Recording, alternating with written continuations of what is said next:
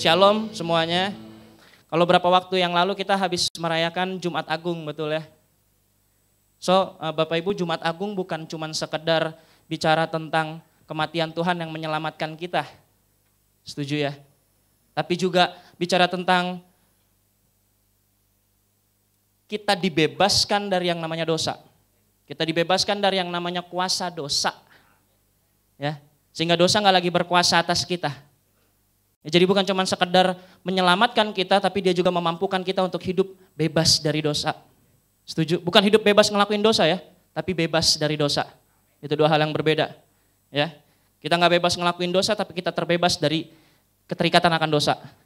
Ya, berapa waktu yang lalu waktu fellowship sama anak-anak live saya, ya kita sempat bahas soal ini. Ya, kita sempat bahas tentang terbebas dari kuasa dosa. Ya makanya Bapak Ibu pastikan setiap kita ada di dalam live. Dan pastikan setiap live bahas firman Tuhan juga. Ya karena kalau misalnya live bahas orang lain, ngomongin orang, itu bukan live. Ya jadi pastikan kita bahas tentang firman Tuhan di dalam live. Dan saya ingat banget kemarin sempat bahas, ya ada salah satu anak live yang nanya tentang yang namanya pengendalian diri. Dan akhirnya kita bahas ya tentang dosa.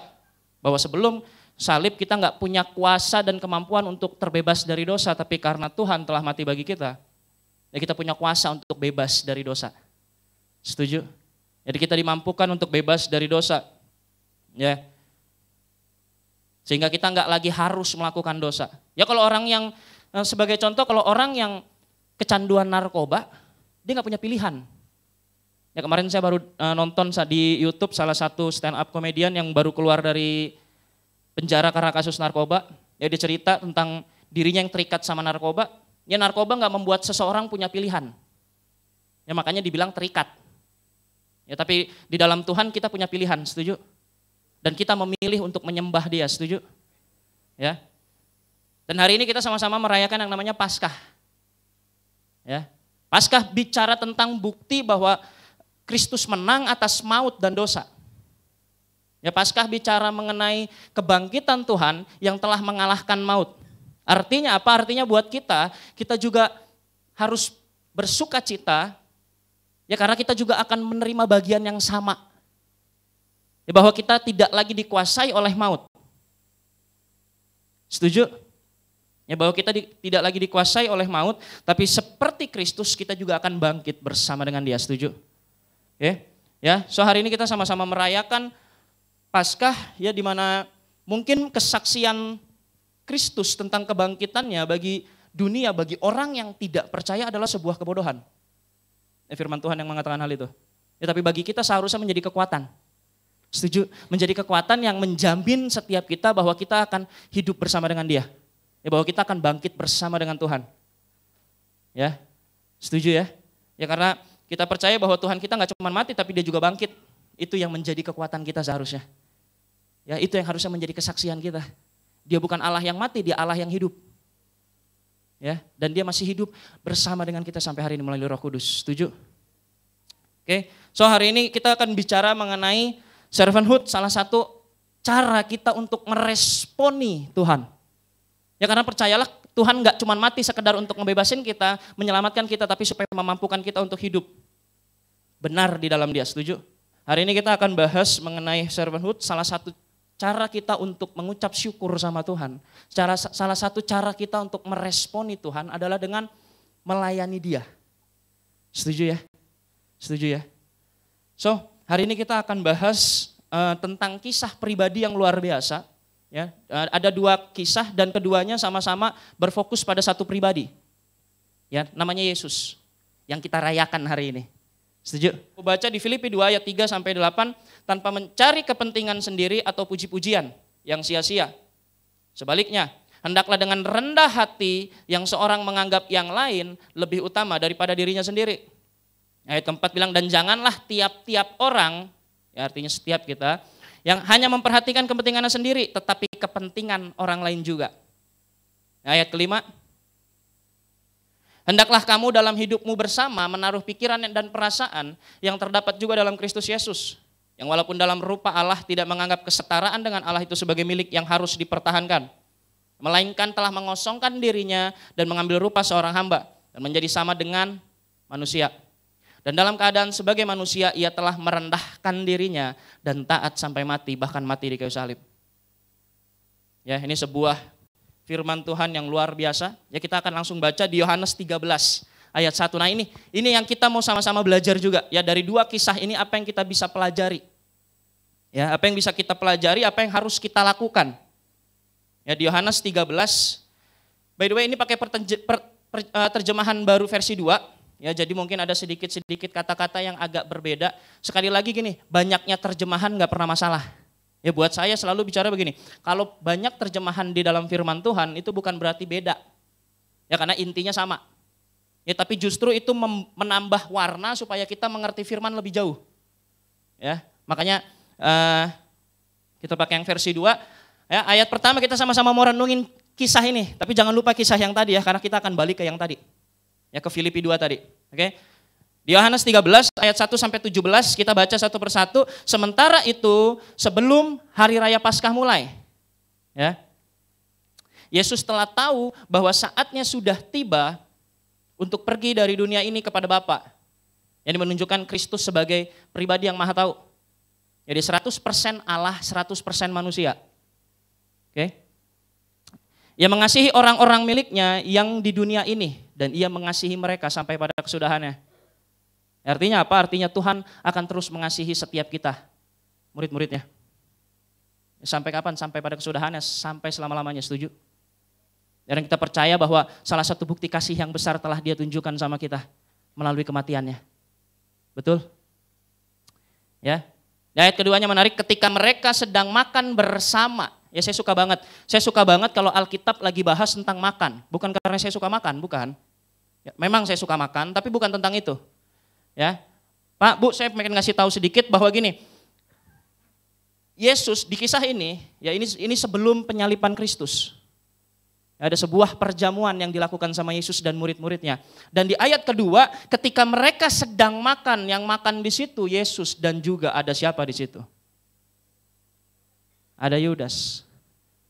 Ya, dengar baik ya. Salah satu, saya selalu bilang gini, kalau misalkan mau bangun hubungan, salah satu bukti hubungan sudah terbentuk adalah bisa makan bareng.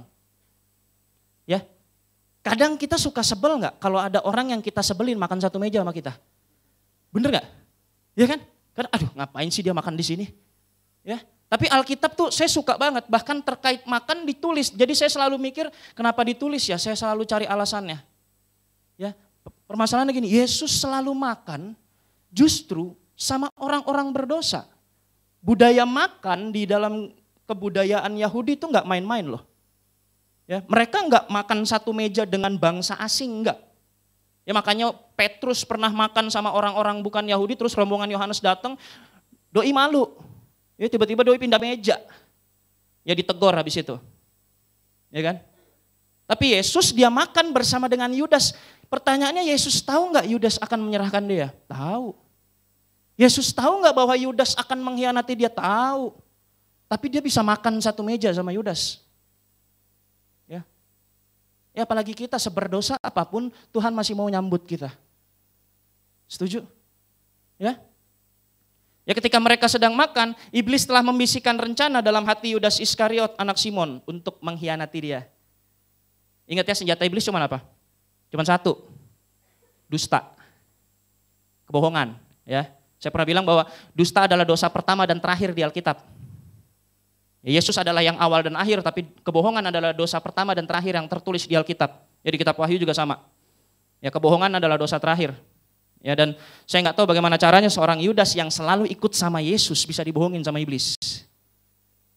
Ya, saya kasih tahu kebenaran ini bukan melemahkan kita, tapi supaya kita semakin berjaga-jaga, setuju?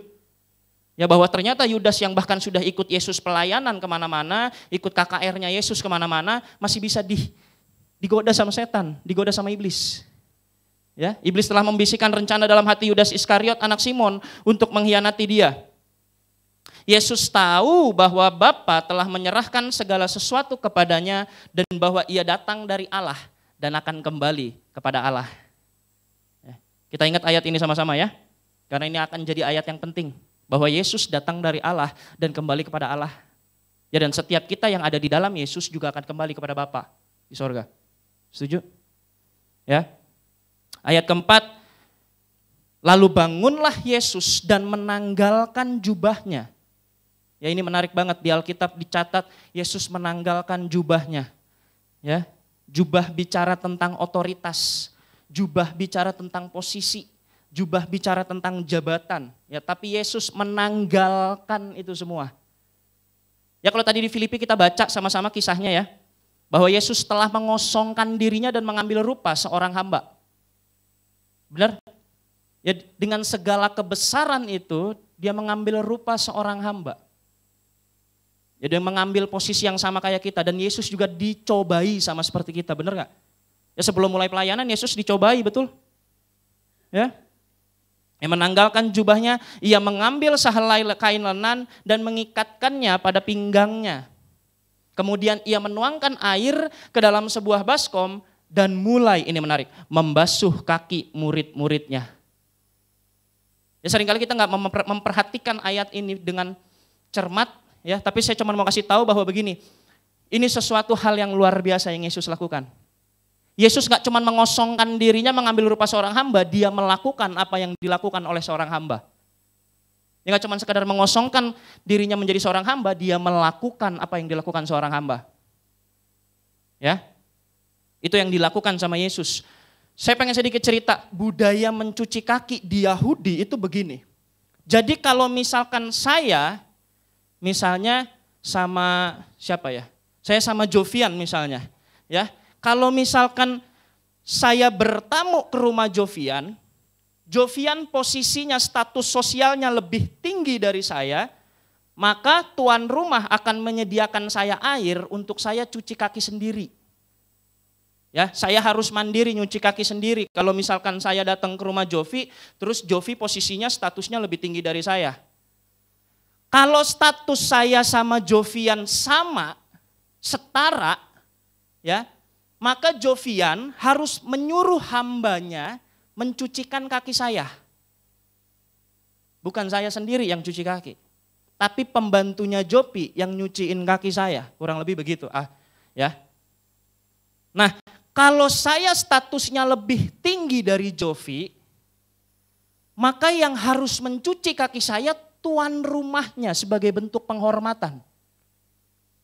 Sebagai bentuk penghormatan. Ya. Makanya ada salah satu kisah waktu Yesus bertamu ke rumah orang Farisi, ya.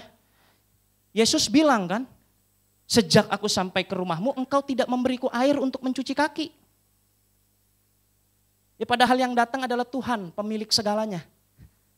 Ya, benar nggak?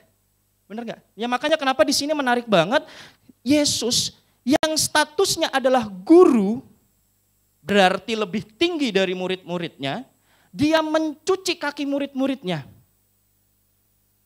Dia membasuh kaki murid-muridnya.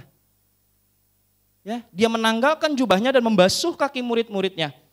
Ya, kemudian dia menuangkan air ke dalam sebuah baskom dan memulai membasuh kaki murid-muridnya. Saya percaya banget di saat itu murid-muridnya harga dirinya luka.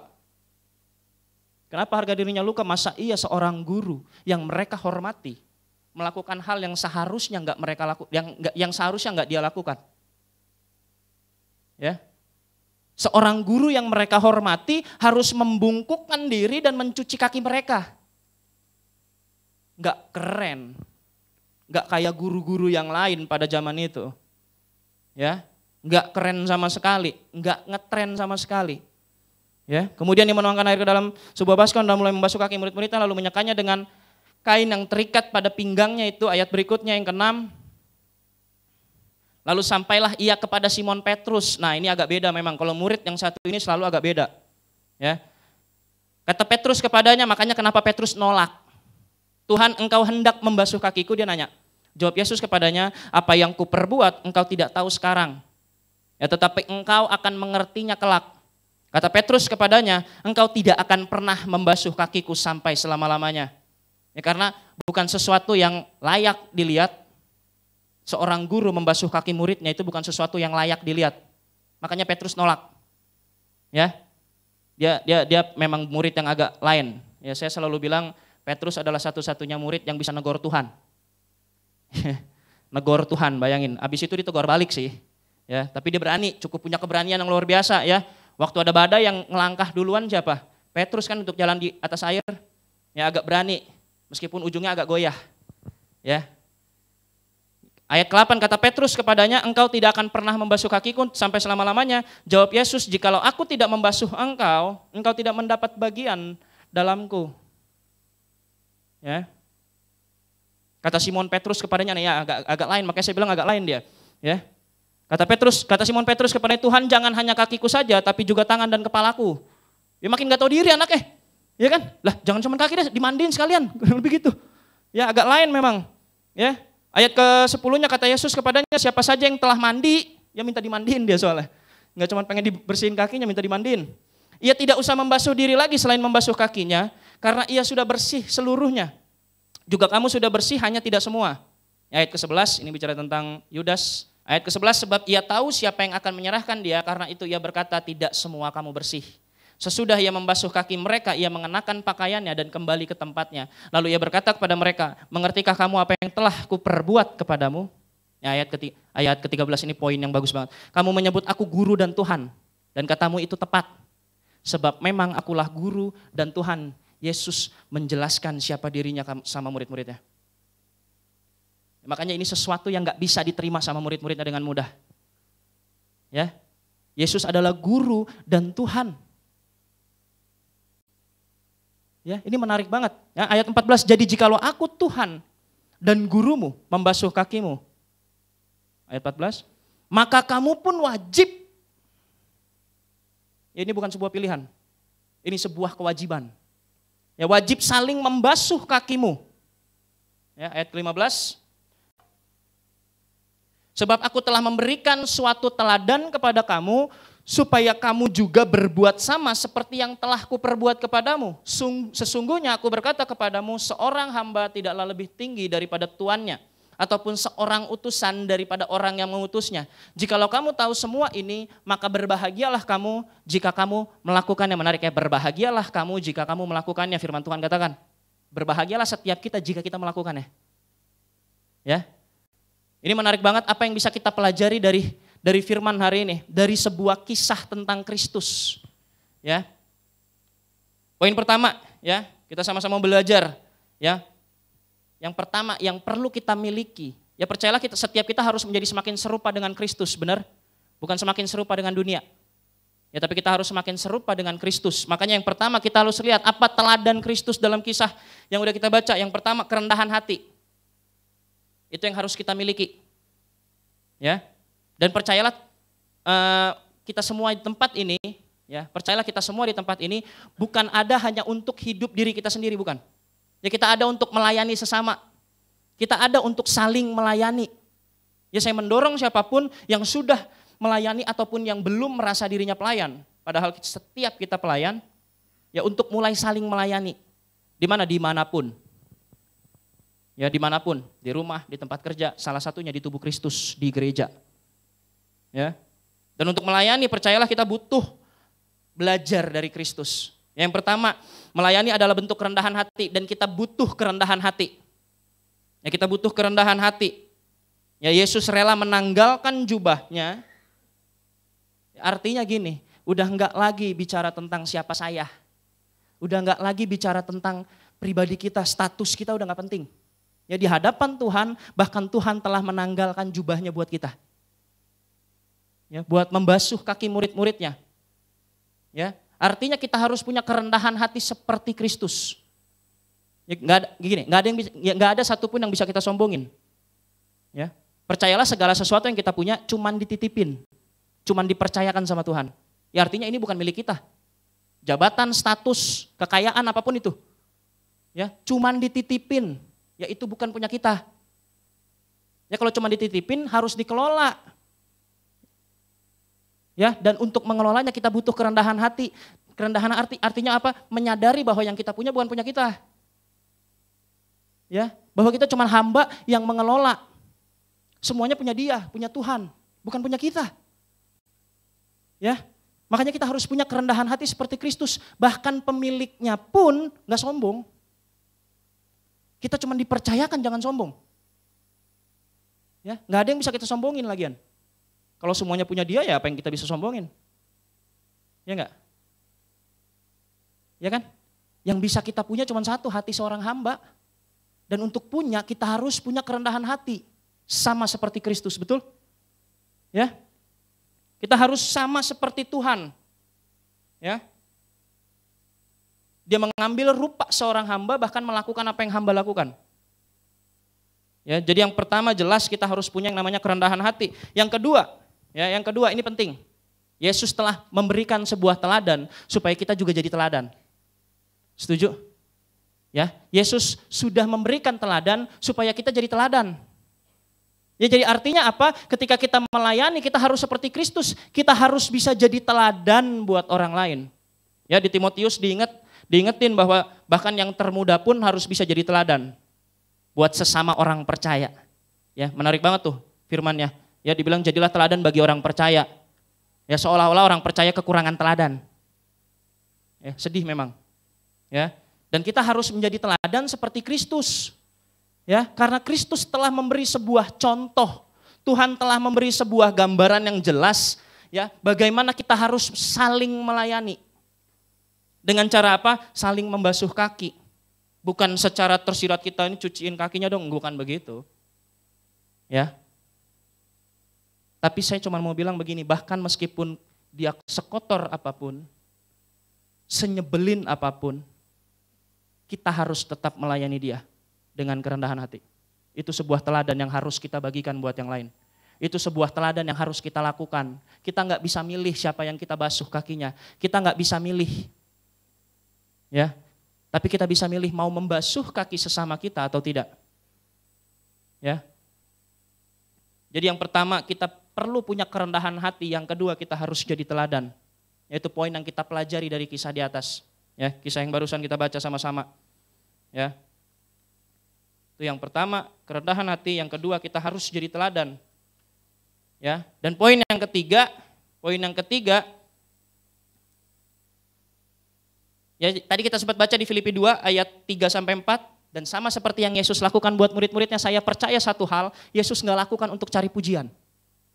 Saya percaya satu hal, Yesus nggak lakukan untuk dapat follower, enggak. Ya, Yesus lakukan ya karena dia mengerjakan kepentingan Tuhan, karena dia mengerjakan kepentingan Bapa di sorga. Ya. Itu yang dilakukan sama Yesus. Ya, Filipi 2 ayat 3-4 tadi, Yesus nggak melakukan sesuatu untuk kepentingan dia sendiri atau untuk dapat pujian. Artinya setiap kita kalau melayani bukan supaya dipuji, makanya kalau dipuji nggak penting. Dihargai tidak dihargai nggak penting. Tapi yang penting melakukan kepentingan Tuhan, setuju? Ya, karena Yesus nggak dipuji, yang ada disalib. Ya, bukannya dipuji malah disalib. Ya, bahkan dia nggak dipuji sama murid-muridnya ketika melakukan hal itu. Bahkan murid-muridnya kebingungan ketika dia melakukan hal itu karena itu sesuatu yang nggak lazim pada zamannya. Ya, tapi Yesus tunjukkan sebuah teladan yang luar biasa, bukan untuk mencari pujian sama sekali, bukan. Ya, artinya setiap kita kalau melayani Tuhan, pastikan bahwa bukan untuk diri kita, bukan untuk dapat pujian. Bukan supaya kita disenengin orang, bukan. Tapi supaya Bapa dipermuliakan melalui hidup kita, setuju? Ya. Apa yang penting bagi Yesus adalah melakukan kepentingan Bapa. Makanya harusnya yang penting bagi kita adalah melakukan kepentingan Tuhan. Ya, bukan lagi kepentingan kita sendiri. Ya, di poin yang keempat, ya, ini penting juga. Poin keempat, butuh ketaatan untuk melayani. Ya. Sama seperti Yesus, ya, dia taat sampai mati di kayu salib, di kisah Filipi tadi, kita baca di Filipi 2 ayat 5-8 tadi. Ya, saya cuma mau bilang dosa pertama dimulai karena ketidaktaatan, tapi dosa diakhiri dengan ketaatan satu pribadi. Ya, dosa pertama itu ketidaktaatan. Adam dan Hawa nggak taat sama perintah Tuhan, perintahnya cuma satu, jangan makan buah yang ada di tengah, selebihnya boleh dimakan. Yang itu pun nggak ditaati, ya kan? Sehingga perlu satu pribadi yang 100% manusia yang harus mati di kayu salib. Menggantikan yang tidak taat dengan ketaatannya dia. Ya, makanya kita butuh ketaatan untuk melakukan. pelayanan kita sama seperti Yesus telah taat sampai mati di kayu salib. Ya. Kemana kita harus taat? Yang pertama jelas sama firman Tuhan, yang kedua sama pemimpin yang dipercayakan Tuhan. Setuju? Ya makanya pastikan setiap kita punya pemimpin rohani. Ya karena kekristenan gak bisa jalan sendiri. Kekristenan pasti akan kelelahan kalau jalan sendiri. Karena segala sesuatu baik, cuman satu hal yang gak baik. Ketika Tuhan menciptakan dunia, kalau manusia seorang diri. Ya sekali lagi ini bukan ayat untuk cari pasangan, bukan. Ya, ini bicara tentang kehidupan komunitas, lebih jauh lagi. Manusia gak bisa seorang diri. Karena satu-satunya yang gak baik di pandangan Tuhan adalah manusia seorang diri. Ya, makanya pastikan setiap kita punya komunitas. Setiap kita punya life-nya sendiri, setiap kita punya pemimpin rohani. Yang bisa mengarahkan kita, yang bisa membantu kita dalam segala hal. Ya dalam banyak hal, segala hal cuma Tuhan. Ya. So pastikan setiap kita belajar dari kisah ini, pastikan setiap kita punya kerinduan untuk melayani. Ya, melayani di rumah, melayani di tempat kerja, di marketplace, juga di tubuh Kristus. Ya, karena gini, nggak semua orang yang datang ke gereja udah benar. Banyak yang masih butuh dilayani, termasuk kita butuh dilayani. Setuju? Ya jadi pastikan setelah ini, yuk kita sama-sama untuk saling melayani. Ya, tanpa memandang rupa, tanpa memandang status, tanpa memandang jabatan. Karena Yesus melakukan hal itu. Betul? Dia nggak mandang statusnya lebih tinggi dari murid-muridnya. Dia adalah guru dan Tuhan tapi dia nggak mandang itu. Ya, dia melayani sebagai sebuah teladan supaya kita melakukan apa yang dia lakukan. Setuju? Dan untuk melayani, saya sedikit kesaksian, saya tutup dengan kesaksian. Ya, saya cuma mau bilang gini, untuk melayani nggak harus susah. Ya, ada 3 hal yang bisa kita berikan.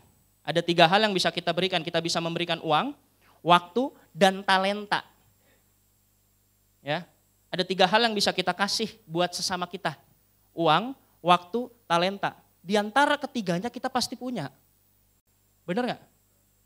Ya, bisa uang, bisa waktu dengan dengerin masalah teman kita mungkin, ya, atau mungkin talenta kita. Ya 3 hal ini yang bisa kita bagikan. Ya, dan saya ingat banget waktu itu, ya, ini satu sedikit kesaksian kecil aja.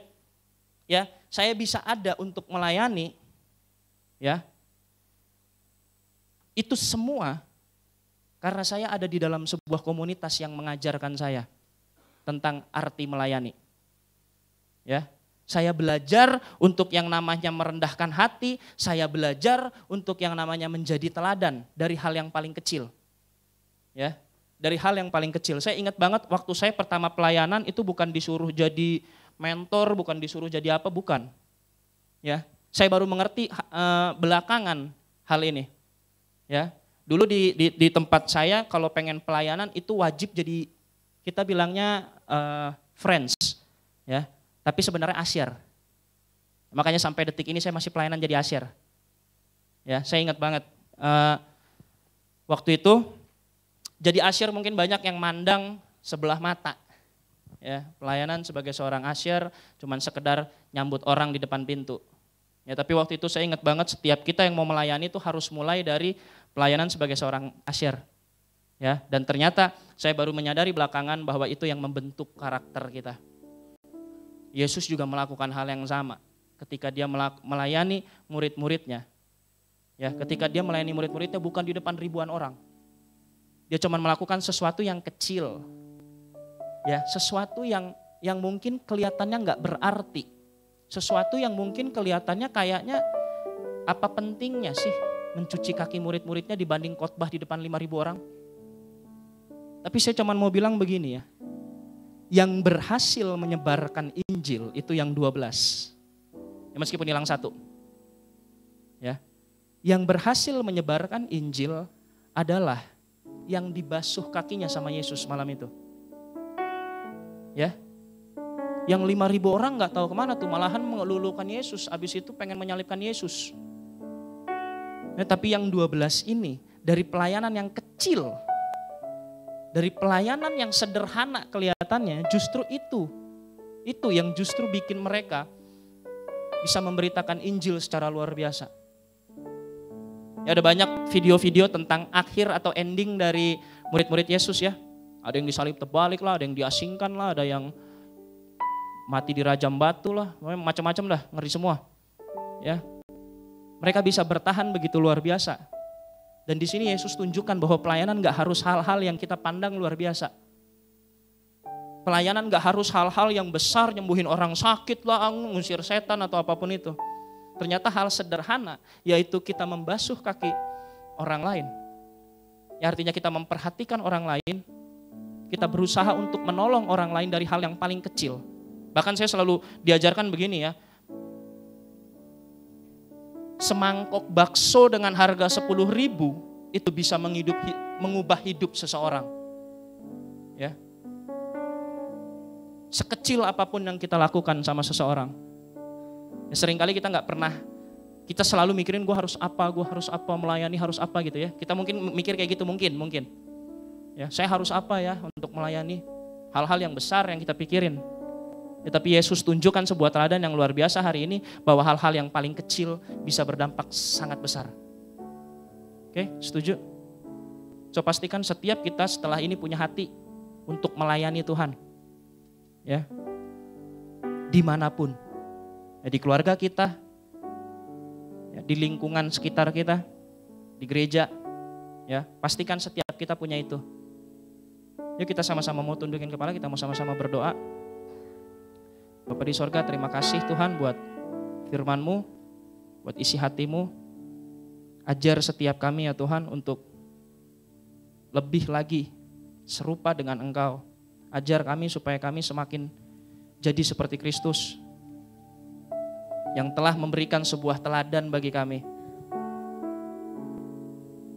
Kami mau pastikan Tuhan supaya kami melakukan apa yang Engkau perintahkan, yang Engkau katakan wajib kami lakukan, yaitu saling membasuh kaki kami, saling melayani satu sama lain.